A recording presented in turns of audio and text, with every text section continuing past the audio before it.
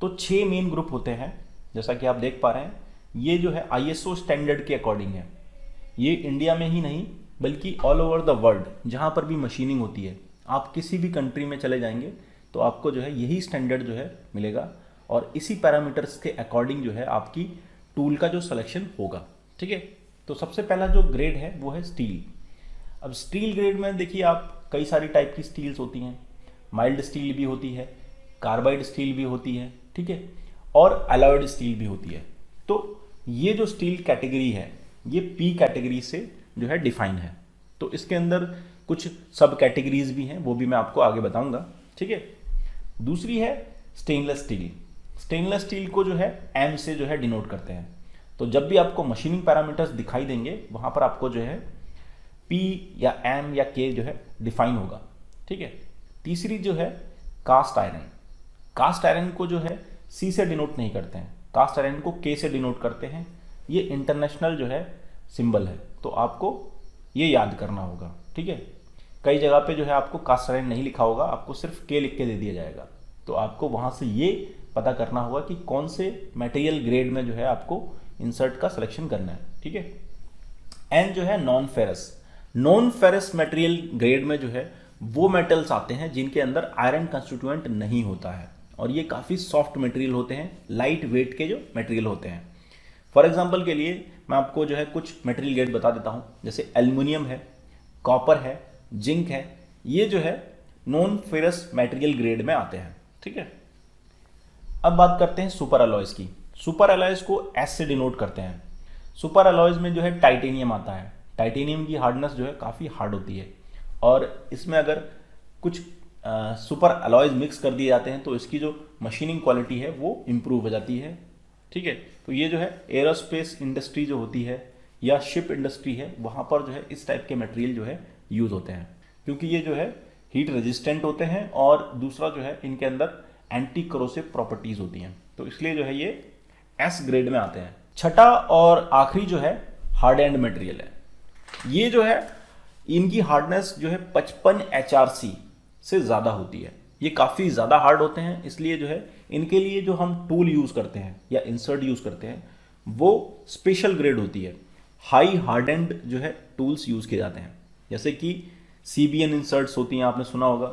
CBN insert जो है hardened material के लिए यूज़ की जाती हैं, तो वो यही मटेरियल ग्रेड होता है, और इसको जो है H से डिनोट करते हैं। अब आप सोचेंगे कि ये जो सिंबल मैंने आपको बताया ये आपको कहाँ पर दिखाई देंगे, तो मैं आपको कुछ पैरामीटर्स दिखाता हूँ, उसमें आपको जो है ये सिंबल मिल जाएगा। तो जैसा कि आप यहाँ पर देख पा रहे हैं, ये देखिए P लिखा हुआ है, M लिखा हुआ है और K लिखा हुआ है। तो यहाँ पर P का मतलब है कार्बन स्टील, कार्बाइड स्टील। तो ये स्टील मेन ग्रुप है, उसके सब एलिमेंट हैं। ठीक है, तो यहाँ पर आपको जो पैरामीटर्स यूज करने हैं वो P के अकॉर्डिंग जो है सेलेक्ट करने होंगे। तो देखिए ये सब जो है कटिंग पैरामीटर्स आपको दिए हुए हैं। ये कटिंग पैरामीटर्स आपको इस P ग्रेड के अकॉर्डिंग जो है आपको सेलेक्ट करने हैं। और यहाँ पर देख लीजिए ये M जो है स्टेनलेस स्टील के लिए है, तो स्टेनलेस स्टील के जो कटिंग पैरामीटर्स हैं कुछ इस टाइप से दिए हुए हैं। यहाँ पर देखिए K, ये K क्या है, मैंने आपको बताया था कास्ट आयरन के लिए जो है आप K ग्रेड का यूज़ करते हैं। तो देख लीजिए ये जो है कास्ट आयरन को डिनोट कर रहा है। इसी तरह से अलग अलग जितने भी मटेरियल ग्रेड होंगे वहाँ पर आपको जो है मटेरियल ग्रेड का नाम नहीं दिया होगा, आपको क्या दिया होगा, सिंबल्स दिया होगा। तो उन सिंबल्स को आपको समझना है और उनके अकॉर्डिंग जो है आपको अपने इंसर्ट का सिलेक्शन करना है। ठीक है, तो ये सिंबल्स आप याद कर लीजिएगा, मैं आपको जो है ये डेटा आपके साथ शेयर कर दूंगा। अब मैं थोड़ी सी चीज़ें और बताना चाहूँगा आपको। तो यहाँ पर आप देख सकते हैं ये जो P मेन एलिमेंट ग्रुप है, इसके अंदर देखिए 4 सब कैटेगरीज में जो है इनको डिवाइड किया गया है। पहला है अनअलॉयड स्टील, यानी कि जो स्टील जो है प्योर फॉर्म में होगी, जैसे कि माइल्ड स्टील है। माइल्ड स्टील में भी कई सारी ग्रेड्स होती हैं, तो वो सब आती हैं अनअलॉयड स्टील में। ठीक है, P1 कैटेगरी में जो है आपको ये मिल जाएंगी।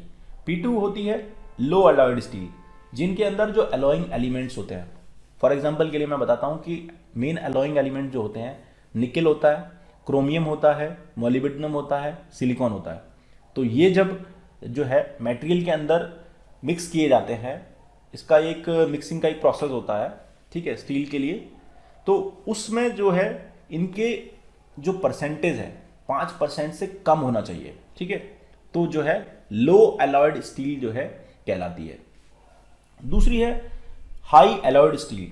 हाई एलॉयड स्टील वो स्टील होती है जिसके अंदर जो है 5% से ज़्यादा अलॉइंग एलिमेंट ऐड किए जाते हैं। अब मैं आपको ये भी बता देता हूँ कि अलॉइंग एलिमेंट जो है स्टील के अंदर क्यों यूज़ किए जाते हैं। एक्चुअली जो स्टील जो होती है रॉ स्टील, उसकी जो प्रॉपर्टी होती है काफ़ी कम होती है, यानी कि उसकी सॉफ्टनेस रहती है, तो उसकी हार्डनेस इंक्रीज करनी है, ठीक है, मशीनेबिलिटी इंक्रीज करनी है, तो सिलिकॉन जो है उसमें ऐड किया जाता है, मॉलिब्डेनम ऐड किया जाता है। इससे क्या है, उसकी हार्डनेस भी इंप्रूव होती है, टफनेस इंप्रूव हो जाती है। तो ये जो स्टील कैटेगरी है इसके अंदर अलॉइंग एलिमेंट ऐड किए जाते हैं। तो जो 4 मेन सब कैटेगरी हैं वो ये है, ठीक है।